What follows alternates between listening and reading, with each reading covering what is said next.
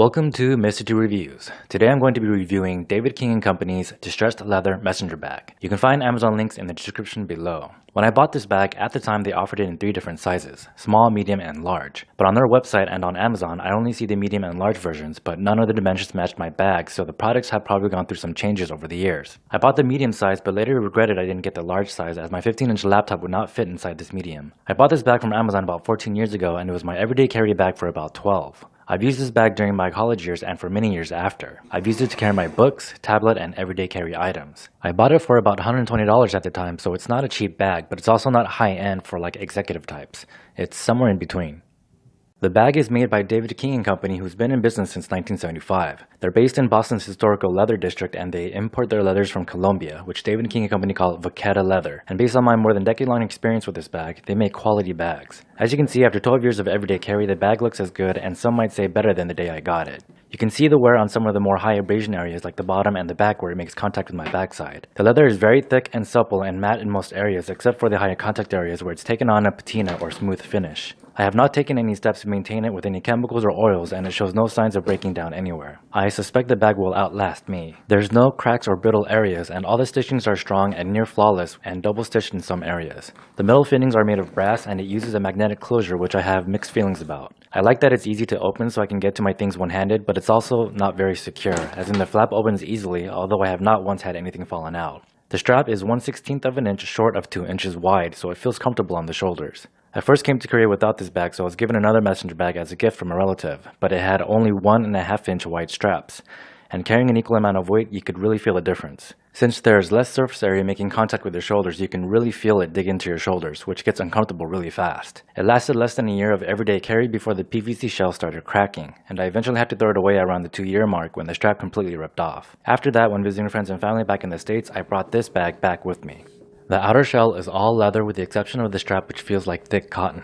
It's stitched to the leather with 2 additional rivets, and it's attached to the bag via 4 rivets and a brass buckle, so I think it's pretty secure. The stitching you see here is only to keep the leather attached to an inner nylon layer. With a tablet, books, various knickknacks, and a water bottle, the bag could weigh in excess of 10 pounds and carry it easily without any problems. The bag I had before would have fallen apart much faster if carrying around that kind of weight. On the back side, there's an easy-to-access pocket. This is where I used to keep my most frequently used items like my wallet and cell phone. The bag weighs about 2.85 pounds, 45.5 ounces, or 1.29 kilograms, which is a bit heavier than I'd like. The messenger bag that fell apart weighed less than a pound, so that was one thing I liked about it. In an effort to make the bag lighter, I made some modifications where I cut out any excess leather I could find, which was behind the main flap, the strap, and behind each pocket flap.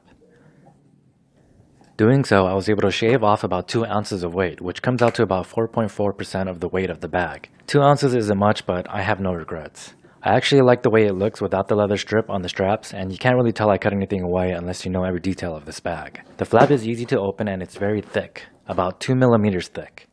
You can really feel the weight of the leather. The inside of the flap feels very soft, almost like velvet. In the front, you can see 2 smaller pockets with button snap closures.